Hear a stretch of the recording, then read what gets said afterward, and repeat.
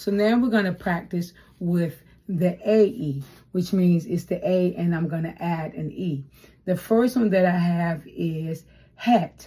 When I have hat, it is short, but when I add E, then it makes it long and it's hate.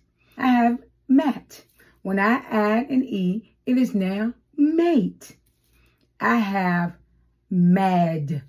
When I add an E, it is made. I have sal. When I add an E, it is sailed. You see how the E makes a difference when you have the A as your vowel and your VCE pattern. Now we're going to do the IE. When I have the word rid and I add an E, it is ride. When I have the word pen and I add an E, it is pine. Bit and I add an E, it is bite. When I have the word Sid and I add an E, it is side. When I have the word slim and I add an E, it is slime. And when I have the word slid and I add an E, it is slide.